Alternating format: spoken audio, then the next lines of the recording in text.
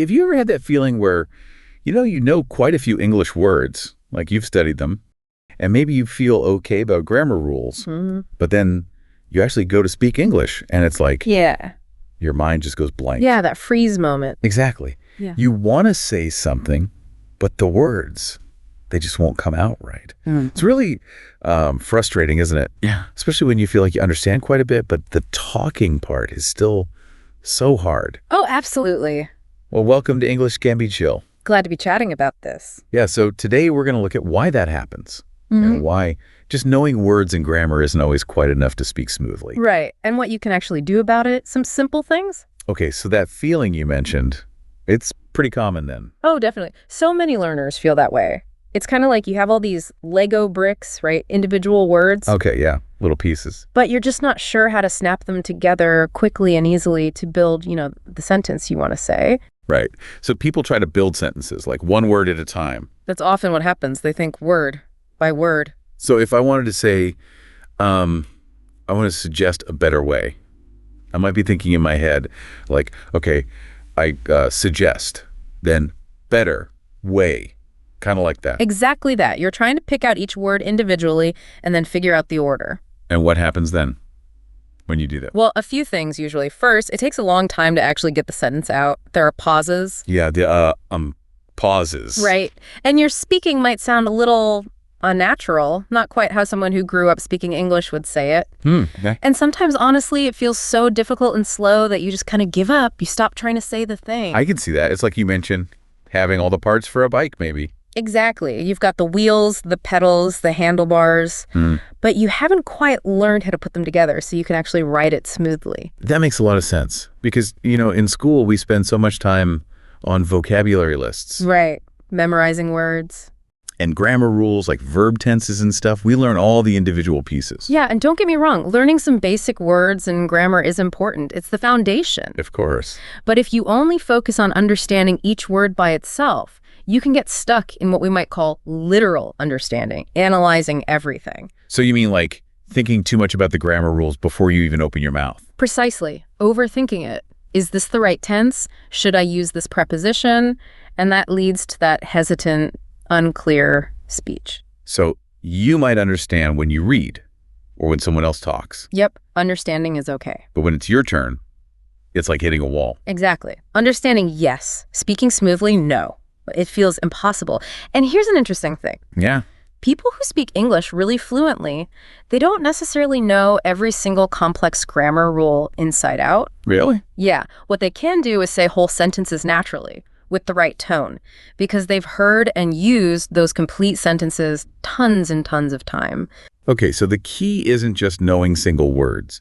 It's about being able to get whole phrases out without thinking about each bit. That's the core idea. It's about whole sentence output.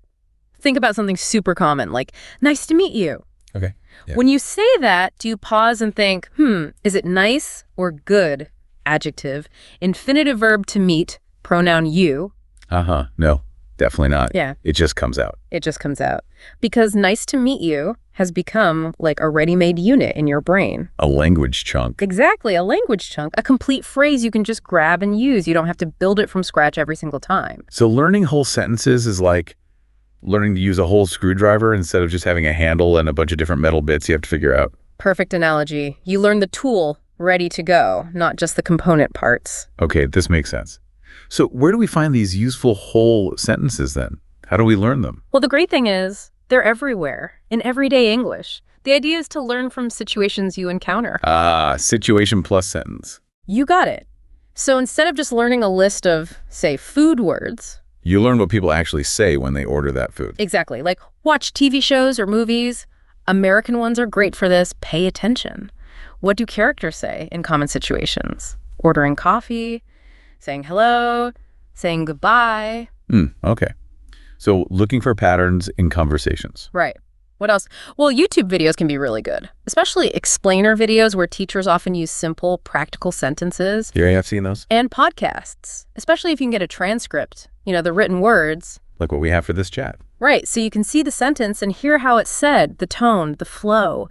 It makes it much easier to imitate and learn. So you're not just trying to understand every single word in a movie, but listening for those useful phrases people repeat. That's the goal. You're absorbing usable language. Can you give us a few more examples, like real practical ones? Sure. Think about being in the U.S. You go into a fast food place. What do you hear all the time? Can I get a cheeseburger, please? Okay, can I get... Yeah. Or you're at a coffee shop. Super common. I'll have a latte with oat milk. I'll have... Got it. And maybe you're meeting someone you know online for the first time in person. A really standard, polite phrase is, "It's great to finally meet you in person." Those are really useful. So it's not just knowing the word latte, but the whole sentence, "I'll have a latte." Exactly. The goal isn't just to memorize a list. It's to absorb these phrases so they become part of your usable English, building that mental library of ready-to-go sentences. Okay, I'm starting to see how this works. So how can people actually, practice this? What are the steps? It's pretty straightforward. There are maybe 5 steps you could try. All right, let's hear them. Step 1. First, choose something you're interested in. A topic, a short video clip, whatever. The more it connects to daily life, the better. Okay, find interesting everyday stuff. Makes sense. Step 2. Second, listen or watch and try to spot those common sentences. The ones that seem useful or get repeated in that situation, those are your target whole sentences. Got it. Hunt for the useful phrases. Then what? Step 3. Third, write them down. Seeing them helps.